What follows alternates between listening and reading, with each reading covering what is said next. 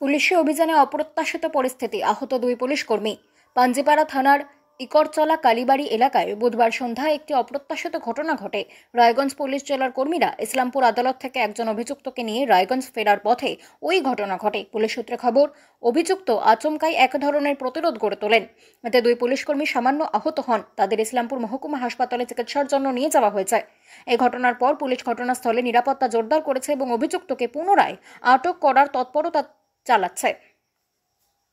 এলাকার মানুষজন পুলিশের ভূমিকার প্রশংসা করেছেন এবং এই ঘটনার দ্রুত সমাধান আশা করেছেন।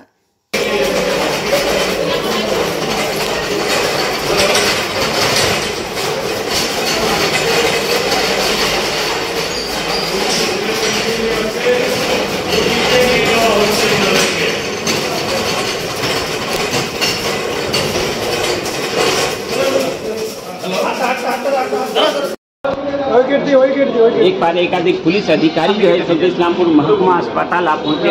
प्राथमिक तौर पे जो जानकारी आ रही है कि अधिक पुलिस कर्मी जो है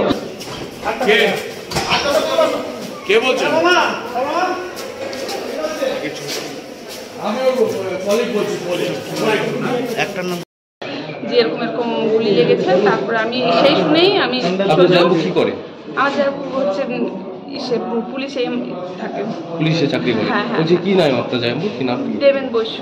বলছি কি হয়েছিল, মানে কি বিষয়টা কিছু জেনেছেন? কি করে কি হলো না হলো আমি কোনো কিছুই জানি না। যেই মাত্র আমি খবর পেয়ে আমি এখানে এসেছি। কি নাম আপনার?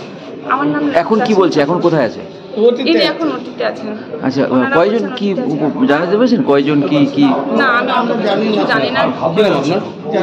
আমার নাম লক্ষ্মী ঠাকুর। কোথায় গুলিটা লেগেছে তাও জানি না, আমার এখনো দেখাই হয়নি। কি বলছে এখান থেকে, কি হয়েছে?